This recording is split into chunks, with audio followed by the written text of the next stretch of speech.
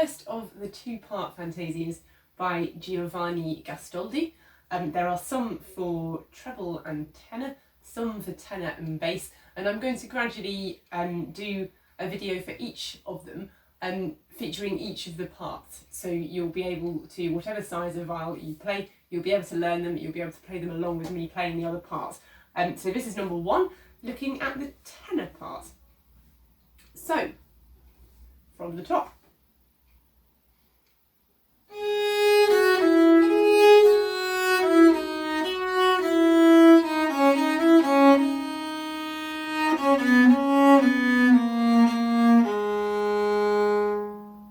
Why don't we just look at that bit? So, first things first then, starting forward bow at the tip. And in this bar, you can keep your second finger on the F while you cross the string to play the A at the top. You don't need to take this one off. So you'll hear both of those notes sounding and resonating nicely.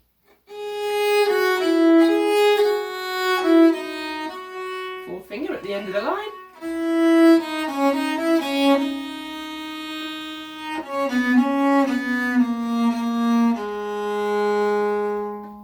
I hesitated there because I was thinking in bar 6 about not getting all the way through the bow, but then I was also thinking I'm backwards here. But then by this stage, I was quite grateful I was 3/4 of the way down my bow because I had a long way to come back again. I think by the time you get to bar 8, the note in that bar, the semi-breve, if you look at the treble part at the top, there's much more interesting stuff happening in the treble part. So their first million is the end of their first phrase, but then they start again. So we need to keep out of the way in the tenor part. And I don't think it matters if we bow a couple of bars backwards. So this is the tenor part from the top. 1, 2.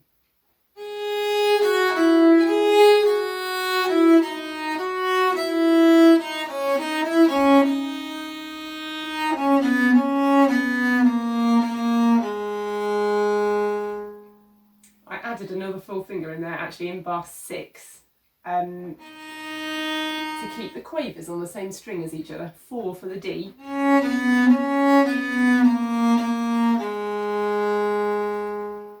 Let's go on a second, just look at the next bit.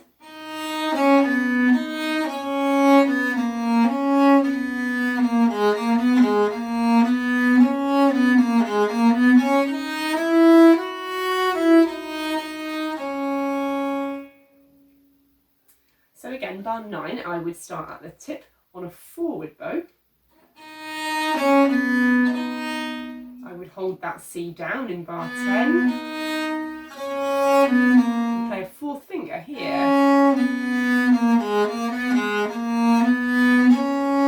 And now my bowing is backwards.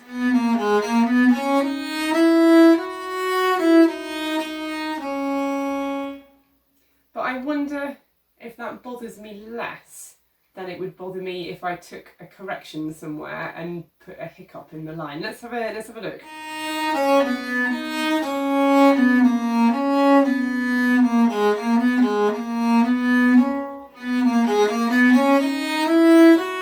It's a possibility, isn't it? In 13, 2 forward bows. I find that sort of thing just generally slightly intrusive, and I think I would rather, bar 13, just bow it backwards. As long as the top note in 14, you can arrange for it to have plenty of bow and be the most important of these 3. And then it falls away. This is 9, halfway through the bar. 2, 1.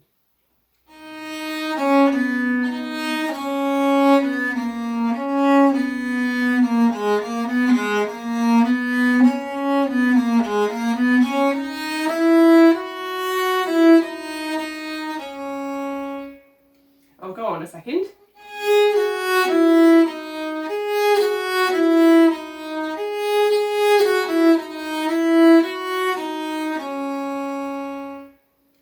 So that needs to start on a back bow in bar 16.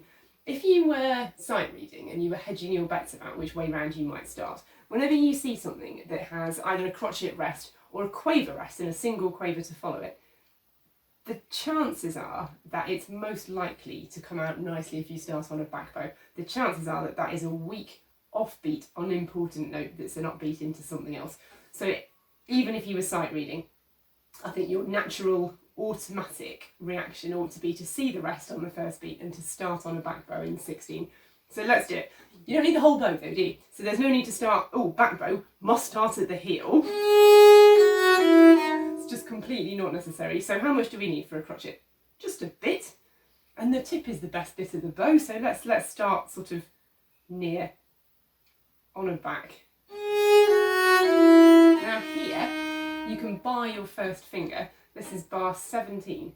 You can bar your first finger across, and the same in 18 here. Fourth finger. Open string, but again an unimportant one. So I've got no sound, no weight, no real body to that note in 20. I'm just letting the bow float over the string. And here we are, conveniently at the tip, to start the next set of quavers. Let's play from 16, starting on a back bow, but not too far through. And 1. Bar. Bar again.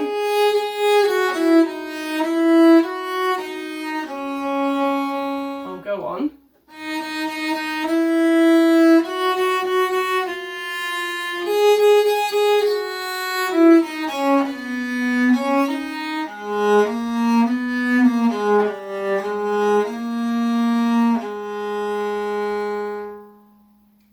Quavers at 21 come out really nicely at the tip. And you really don't need loads of bow, do you? It's just not necessary. Fourth finger. Hold the 3 down. Hold the C down.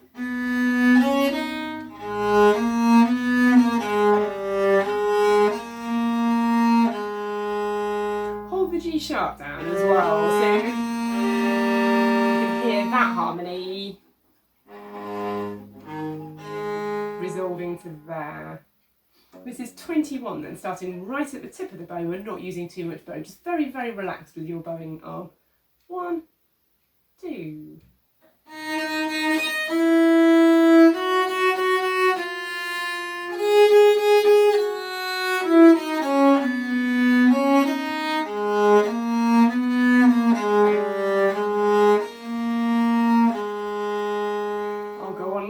Again, nicely at the tip.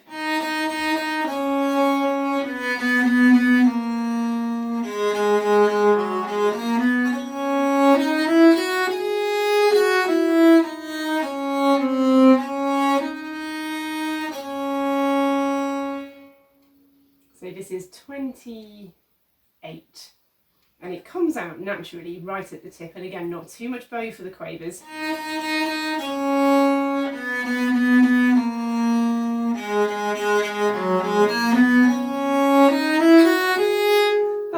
Line, isn't it? From 30, halfway through the bar, one great big long rising scale,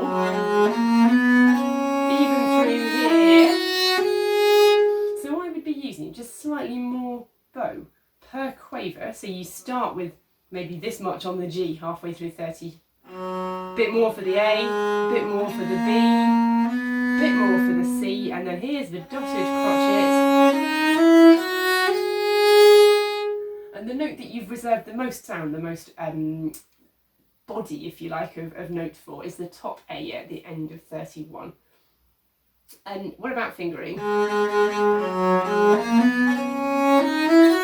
It's kind of self-explanatory, isn't it? There's a couple of places where you can leave fingers down. So again, halfway through 30, 1 for the G. You don't need it as you cross the string until you play the B.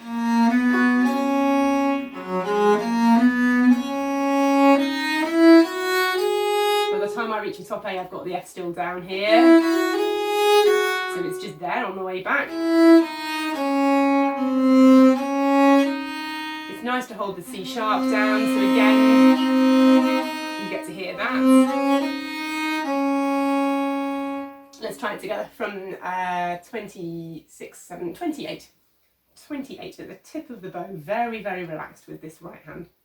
1, 2.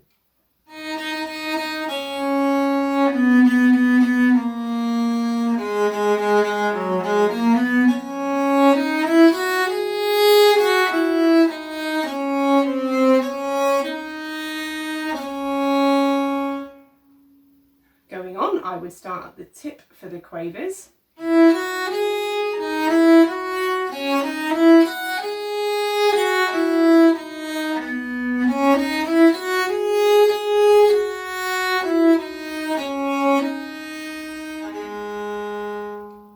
Let's look at that bit then. Keep the F held down with your left hand. Bar at the beginning of 35. 4th finger. And there's another little rising line where even though it's only 4 or 5 notes, you're just really consciously not using the same amount of bow for each quaver.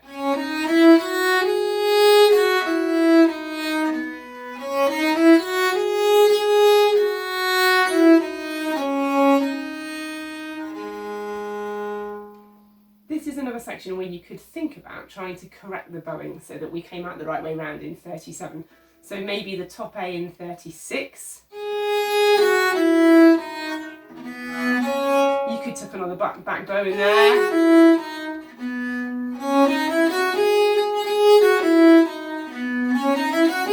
I think it's quite fussy, and again I would just be inclined to bow it through. And in 38 you'll come out on a back bow, enjoy this and get to the tip. This is the 2 quavers at the end of 34 then. The 2 quavers at the end of 34, right at the tip of the bow, not lots of bow, let's keep it tidy. So we're 1 and 2.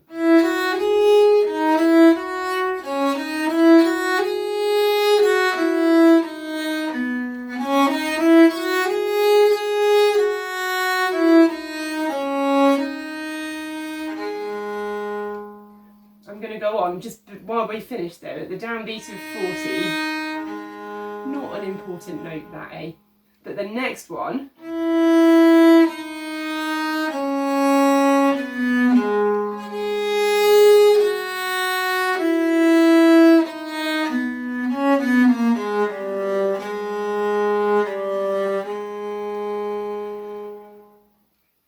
So halfway through 40 then I think we want a nice long back bow on this F.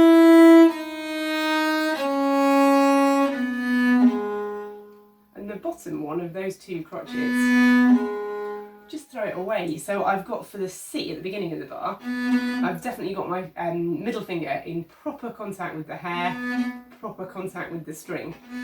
But on the second one, I'm just tickling it. I've taken all the pressure off with this. I've brought my ring finger in to just help steady the ship a bit. So those 2 crotchets are really not equal. But I do want plenty of contact for the top note. So leave the bottom crotchet a bit early, get the bow off, start to find the top string, so that by the time that second beat comes along, you're there and you're really prepared and ready to play. Maybe throw that second one away as well. I wonder about the A's being on 3rd fingers here. I'd certainly do it for the second one. Maybe an open string for the first, but a 3rd finger for where you come back to it in 46. Let's try that bit together. This is the middle of 40. The middle of 40. Starting on a back bow, plenty of bow for a nice good sounding minim. And 1.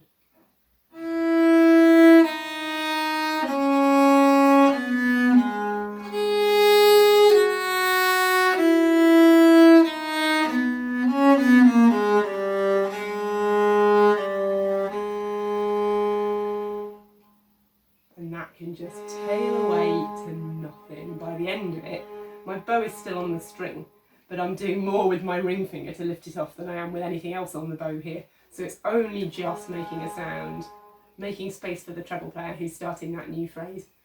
Let's go on then, 47. I would start at the tip, dotted note, usually an important one, so we want to try and get them on a forward bow if we can. Forward bow, 47, 2, 1.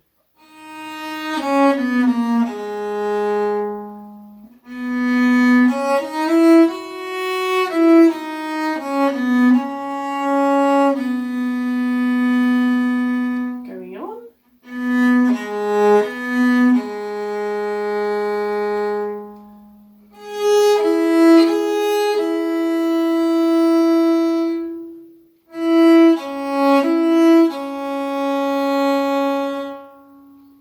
So that bit from 52, I think you want all of those to start on a back bow.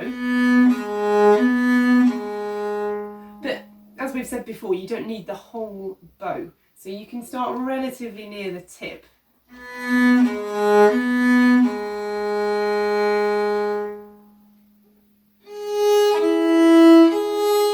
that bit, 54, once you've got both of those fingers down, your left hand doesn't need to move at all. You can hold both of those notes in place.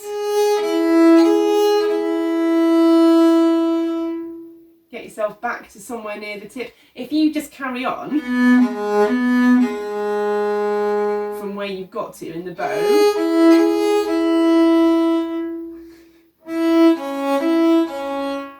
you're going to run out very quickly. So after each semi-breve, just reset so that you're somewhere slightly nearer the tip. This is 55. Just retake a bit. Otherwise you're going to run out. Let's play together from 52. 52 and 1.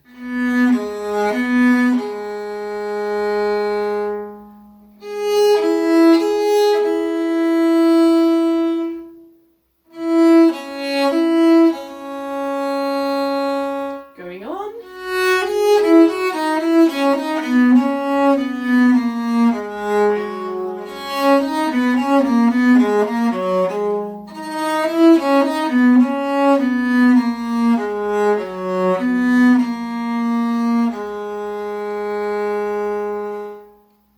So just that last bit left to look at then, 58. Back bow, not too much bow. Fourth finger. Fourth finger again. Really important that this note, the G in bar 60, gets held down with your left hand while your bow misses the A string, crosses all the way to the D to play that next crotchet. Fourth finger, bar these two, and then play the A with a third finger. So a lot of the fingering that we're working out for this hand is actually largely for the benefit of the bow, so that you're not forever crossing strings. But as much as possible, if you've already arrived on a string and you can take the next note on the same string, you may as well do that rather than keep crossing. So in 61, for example, 61, fourth finger, the bar, and then you can play the A on the F string rather than cross over to the open string. 4 here.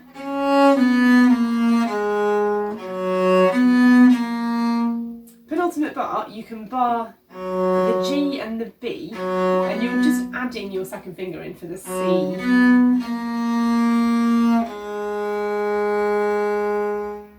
And there we are at the end. Shall we just do that last bit? 58. Back bow, but not a really long one. And 1.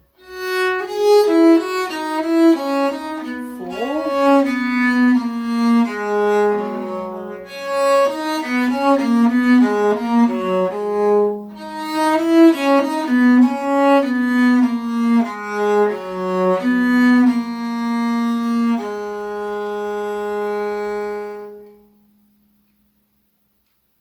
How about the whole of the tenor part then, from the top? Just playing it straight through together. So from where the tenor comes in, tip of the bow, nice and steady. 1, 2.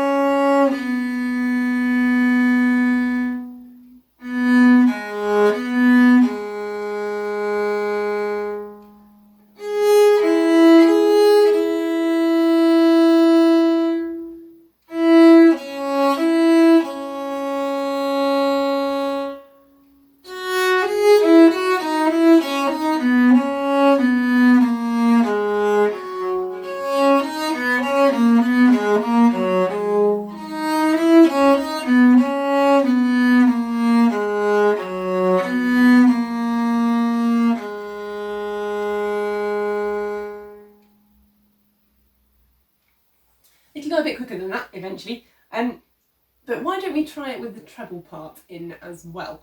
So you're on your own on the tenor part, and I'll put the treble parts at the top. Here goes then with the treble part. See you in bar 3 when you come in with the tenor.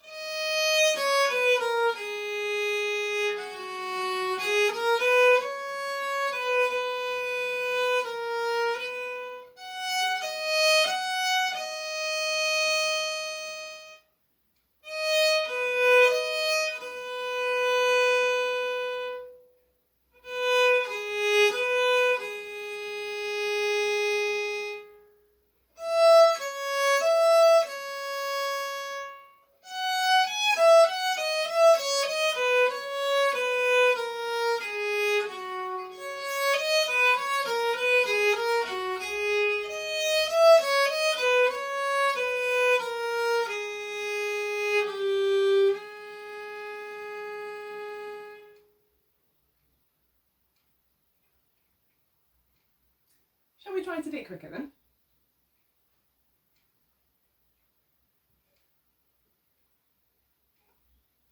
Here we go. See you at the end.